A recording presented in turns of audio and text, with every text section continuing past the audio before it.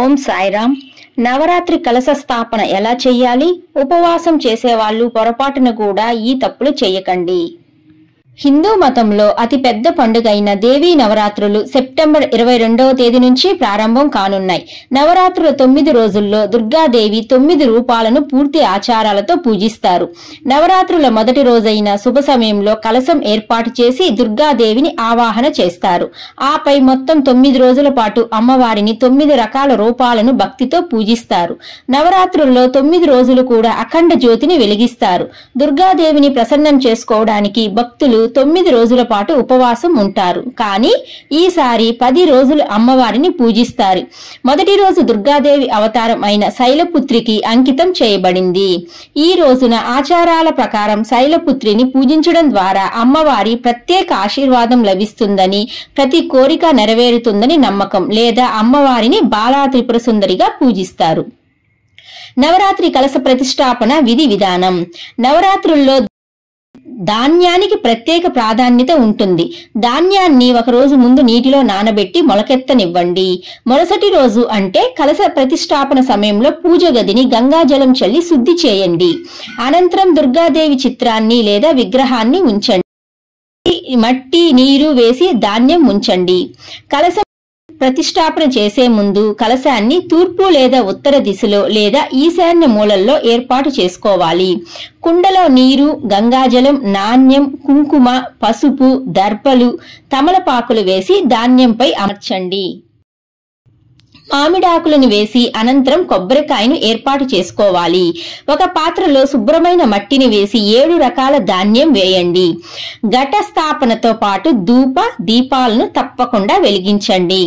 ఎడమవైపు ధూపం, కుడివైపు దీపం వెలిగించాలి. చివర్లో దీపం వెలిగించి గణేశుణ్ణి, దుర్గాదేవిని, నవగ్రహాలను ఆవాహన చేయండి. తరువాత ఆచారాల ప్రకారం అమ్మవారిని పూజించాలి. కలశం పైన మామిడాకులను తప్పకుండా ఉంచాలి. అలాగే ప్రతిరోజు పూలు, నైవేద్యాలు సమర్పించండి. కలశ ప్రతిష్టాపన తర్వాత పూర్తిగా 9 రోజులు పారాయణ చేయండి. పండితుణ్ణి పిలిచిన తర్వాత మంత్రోచ్చారణాలతో కలశ ప్రతిష్టాపన చేయాలి. దుర్గామాతని ఆరాధించడం వల్ల కష్టాలన్నీ తొలగిపోతాయని, ఇంట్లో వాళ్ళందరూ సుఖంగా ఉంటారని భక్తులు విశ్వసిస్తారు. అయితే ఉపవాసం ఉండేవారు తెలుసో తెలియకో కొన్ని తప్పులు చేస్తుంటారు. దీనివల్ల అమ్మవారి అనుగ్రహం సంపూర్ణంగా లభించదు. అయితే 9 రోజుల పాటు అమ్మవారి సేవలో ఉండి దుర్గాదేవి భక్తులు ఎటువంటి తప్పులు చేయకూడదో ప్రముఖ జ్యోతిష్య పండితులు చెబుతున్నారు. మీకు గనుక ఈ వీడియో నచ్చినట్లయితే ఒక్క లైక్ చేయండి. అలాగే ఛానల్ని సబ్స్క్రైబ్ చేసుకోండి. నవరాత్రుల్లో పూజ చేసే వాళ్ళు చన్నీళ్లతో స్నానం చేస్తే మంచిది. చన్నీళ్లతో స్నానం చేయలేని వాళ్ళు గోరువెచ్చటి నీటితో స్నానం చేయండి. బాగా వేడిగా ఉండే నీళ్లతో స్నానం చేయకండి. కొంతమంది శరన్నవరాత్రుల్లో కఠిన ఉపవాసం ఉంటుంటారు. దేవీ భాగవతం ప్రకారం దేవీ నవరాత్రుల్లో అమ్మవారిని పూజించే వారు కఠిన ఉపవాసం ఉండకూడదు. ఒక పూట ఆహారం స్వీకరించవచ్చు. ఇంకా అన్నాన్ని నిర్లక్ష్యం చేయకూడదు. దేవీ నవరాత్రుల్లో ఉపవాసం ఉండేవారు మంచం మీద పడుకోకూడదు. అలాగే పరుపు మీద కూడా పడుకోకూడదు. వయసు సహకరించని వారు, అలాగే ఆరోగ్యం బాగలేని వారు, వయసు పైబడిన వారు మంచం మీద పడుకోవచ్చు. కానీ పాత దుప్పటి తీసేసి కొత్త దుప్పటి వేసి పడుకోవాలి. ఇలా చేస్తే దోషం ఉండదు. అమ్మవారికి పూజ చేసే వాళ్ళు పొలిమేర దాటకూడదు. అలాగే ఏరు లేదా నది దాటకూడదు. నవరాత్రుల్లో ఉపవాస దీక్ష చేసే వాళ్ళు ప్రశాంతంగా ఉండాలి. ఎవరైనా పలకరిస్తే కోపగించుకోకూడదు. అలాగే ఇంట్లో గట్టిగా అరవడం, పెద్దవాళ్ళను తిట్టడం చేయకూడదు. ఇలా చేస్తే పూజా ఫలితం దక్కదని దేవి భాగవతంలో చెప్పారని అంటున్నారు. అలాగే విసుక్కోకుండా కూల్గా ఉండాలి. నవరాత్రులు అమ్మవారిని పూజించే వాళ్ళు రజస్వల దోషాలున్నటువంటి మహిళలను తాకకూడదు. ఎట్టి పరిస్థితుల్లోనూ దేవీ నవరాత్రుల్లో పూజ చేసే వాళ్ళు మాంసాహారం తినకూడదు. పూర్తిగా శాకాహారం మాత్రమే తినాలి. మహిళలు గడప దగ్గర కూర్చొని జుట్టు దువ్వుకోకూడదు. అలాగే జుట్టు విరబోసుకొని ఇంట్లో తిరగకూడదు. ఇలా చేస్తే అమ్మవారి అనుగ్రహం తగ్గిపోతుందట. నవరాత్రుల్లో అమ్మవారిని పూజ చేసే వాళ్ళు ఎట్టి పరిస్థితుల్లో ఉల్లిపాయ, వెల్లుల్లి, చద్దన్నం తినకూడదు.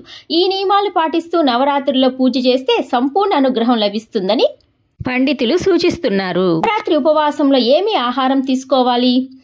ధాన్యాలు మరియు పిండి పదార్థాలు తీసుకోవాలి.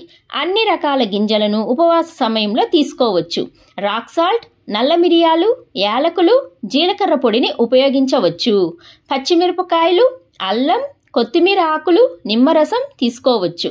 అన్ని రకాల పండ్లు తినవచ్చు. సీజనల్ పండ్లు తీసుకోవడం ఇంకా మంచిది. నవరాత్రి ఉపవాస సమయంలో బెల్లం, చక్కెర, తేనెని వాడవచ్చు. పాలు, పెరుగు, కొబ్బరి పొడి లేదా కొబ్బరి తురుమును తీసుకోవచ్చు. నవరాత్రి ఉపవాస విరమణ ఎలా చేయాలి? 9 రోజుల ఉపవాసం తర్వాత ఈసారి 10 రోజులు వస్తుంది కాబట్టి 10 రోజులు ఉపవాసం ఉండాలని అనుకునే వాళ్ళు 10 రోజుల తర్వాత విజయదశమి రోజు దీక్షని విరమిస్తారు. కొంతమంది దశమి వ్రతాన్ని కూడా పాటిస్తారు. మీరు ఉపవాసం విరమించాలనుకున్నప్పుడు ఎక్కువ ఆహారం తీసుకోవద్దు. కొంతమంది పండ్ల రసాలతో ఉపవాసాన్ని విరమించాలనుకుంటారు. మొదటి 2 రోజులు సాధారణ మరియు తేలికపాటి ఆహారంతో ప్రారంభించండి. పెరుగుతో లీఫీ సలాడ్ని ప్రయత్నించండి. ప్రతి 3-4 గంటల తర్వాత చిన్న చిన్న మొత్తంలో తినండి. మిమ్మల్ని మీరు హైడ్రేట్గా ఉంచుకునేందుకు ప్రయత్నించండి. ఇటువంటి మరెన్నో ధర్మ సందేహాలు, ఆధ్యాత్మిక విషయాల కోసం మన ఛానల్ని వెంటనే సబ్స్క్రైబ్ చేయండి. అలాగే లైక్ చేయండి. మీరిచ్చే ఒక లైక్ అనేది ఛానల్ని ముందుకు తీసుకెళ్ళడానికి ఎంతో సపోర్ట్ చేస్తుందని ఒక్కసారి గుర్తుంచుకోండి. అలాగే మీ ఫ్రెండ్స్కి, రిలేటివ్స్కి ఫార్వర్డ్ చేయండి. ఇంకొక మంచి వీడియోతో మళ్ళీ కలుద్దాం. Thanks for watching.